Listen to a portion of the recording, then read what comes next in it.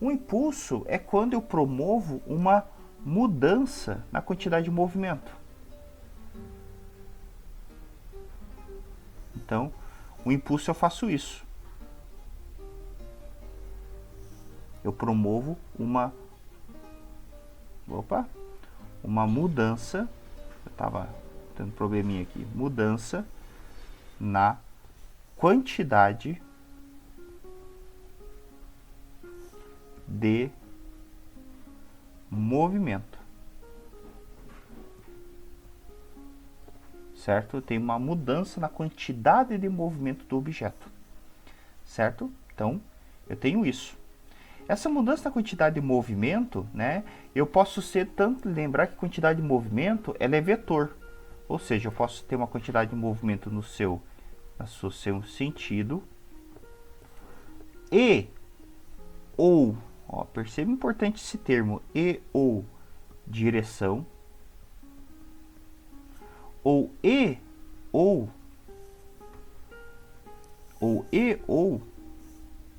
no seu módulo. Certo?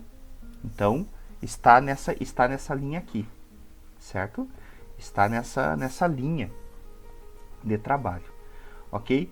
Então, a gente vai lembrar de algumas fórmulas aqui, né? Nós podemos analisar o seguinte, que impulso, por definição, ela é força vezes o instante de aplicação dessa força.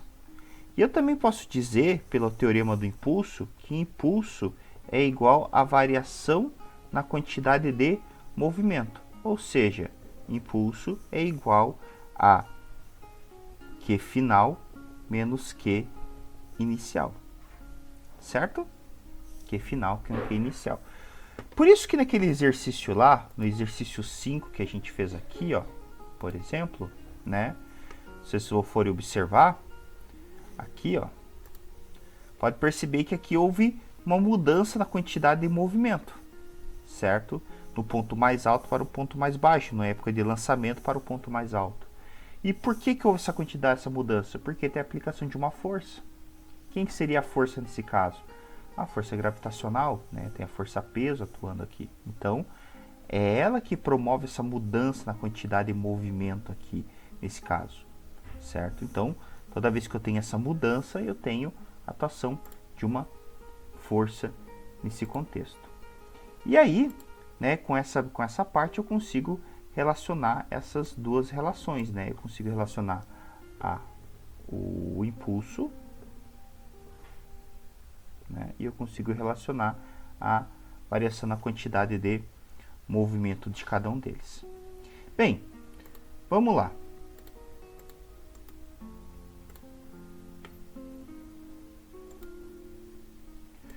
Vamos pensar no seguinte. Fala da seguinte ideia, né? Uma bola de bilhar de 200 gramas de massa com velocidade de 5 metros por segundo bate perpendicularmente na parede lateral da mesa e retorna com velocidade de 5 metros por segundo. O impulso sofrido por essa bola foi de... Vamos lá. Né? Então, o que acontece aqui? Né? Acontece o seguinte. Vou pegar a bolita. Imagina que aqui você tem a parede, né, que colide. Então, o que vai acontecer? Você tem a velocidade na qual a bola chegou na parede. E depois você vai ter uma outra velocidade na qual a bola irá sair dessa parede. Eu vou fazer uma outra figurinha aqui para poder mostrar melhor para vocês. Então, então, eu teria isso aqui, certo? Então, eu teria essa relação aqui. Então, aqui eu teria a velocidade de 5 metros por segundo, quando ela atinge, né, a parede.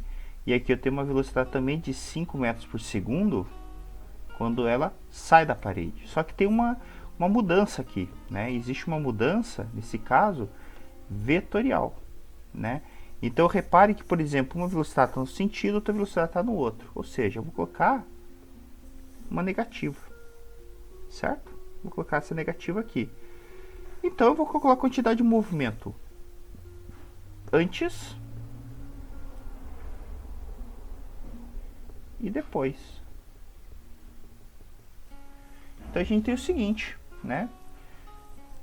Q igual m vezes v, ou seja, 200 gramas 0,2 vezes a velocidade de 5. Ou seja, isso vai ser igual a 1 kg por metro por segundo. Isso vai ser antes.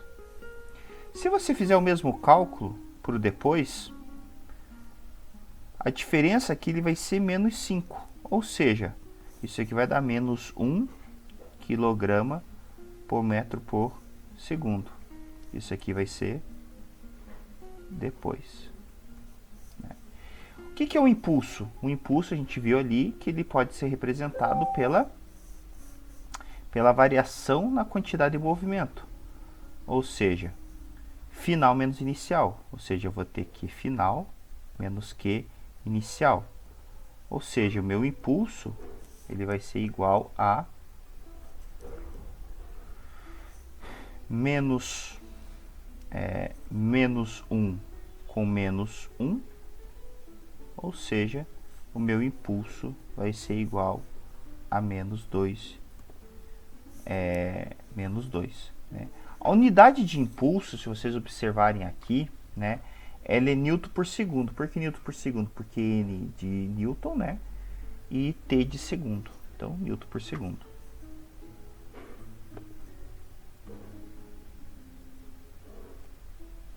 Pronto, tá aí. Feitinho. Certo? Esse outro exercício aqui, ele é a mesma ideia, né? Só que ele complementa um negocinho um pouquinho a mais aqui, ó. Né? Um pouquinho a mais. Então, o que a gente tem aqui? Né? O que a gente tem? Né? Um jogador de beisebol, num jogo de beisebol, o atirador lança uma bola de 150 gramas, aplicando uma velocidade de 30 metros por segundo. O rebatedor, ao acertá-la com seu bastão, aplica uma velocidade de 40 metros por segundo na direção e no sentido do lançador. Supondo que a velocidade de contato, né, o tempo de contato na colisão da bola com o bastão seja de 0,1, calcule a força média. Né? Então, é o mesmo exercício daqui, certo? É praticamente a mesma ideia. O que a gente teria aqui, ó. Então, nós teríamos o seguinte. Eu teria a bolinha aqui. Uma bolinha aqui. Né? E aqui eu teria a parede, certo?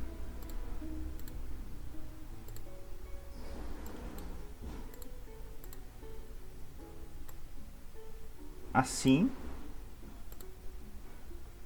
Ok? E depois assim, né? Então eu teria nessa ideia de antes,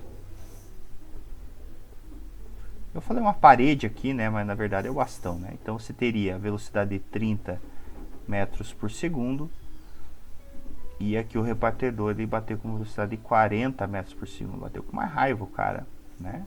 40 metros por segundo. E o tempo de contato entre eles é de 0,01 segundo. Certo? Tá aí. Ele pergunta qual é a força média aplicada sobre ele. Né? Gente, muito facinho, muito fácil de resolver. O que a gente faz? Impulso é igual a força vezes variação do tempo. Né? É isso aqui. Ele quer saber a força. Então eu preciso desse cara. Né? Vejam. O tempo eu tenho, que é 0,01. O que eu não tenho é o impulso. Mas eu sei que o impulso ele é igual à variação da quantidade de movimento.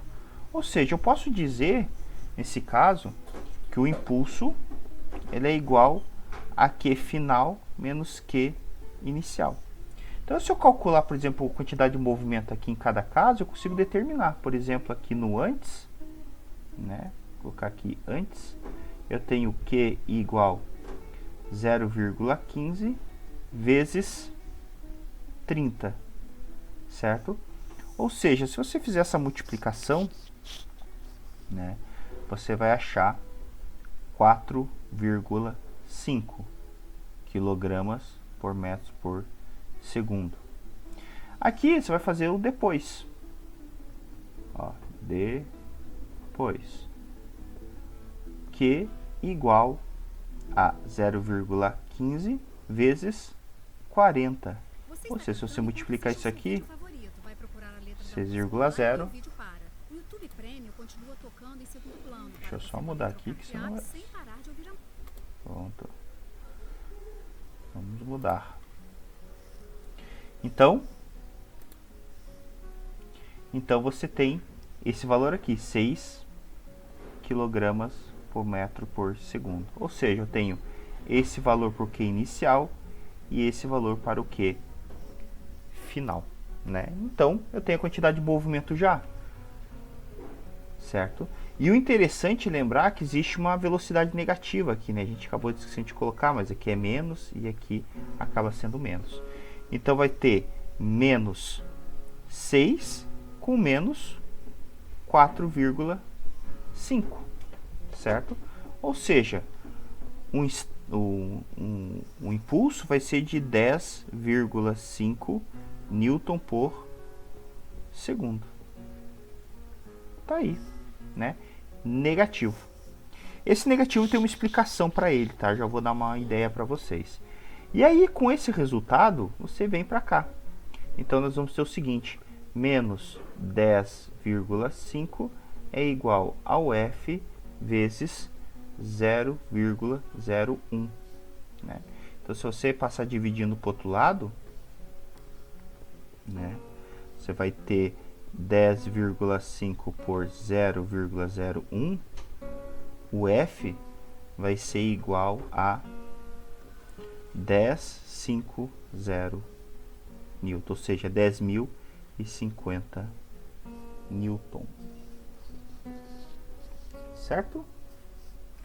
10.050 Newton. Vejam, esse exercício ali, ele tem... Esqueci de colocar o sinal negativo, né? Esqueci de colocar o sinal negativo. Ele tem um resultado para isso, né? Por que parece sinal negativo? É por causa que, para o cara poder mudar essa força, né, ele tem que aplicar uma força contra o movimento da bola. Então, ele tem que aplicar uma força assim, né? Então, ele precisa aplicar uma força nesse sentido. Então, por isso que se eu coloquei o sinal negativo para cá, né, que era o caso 40 aqui, a força também vai estar para esse lado aqui, nessa situação. Ok? Beleza, meus queridos? Espero que tenham gostado da aula e novas ideias surjam aí com esse conteúdo aí. Abraços e até mais.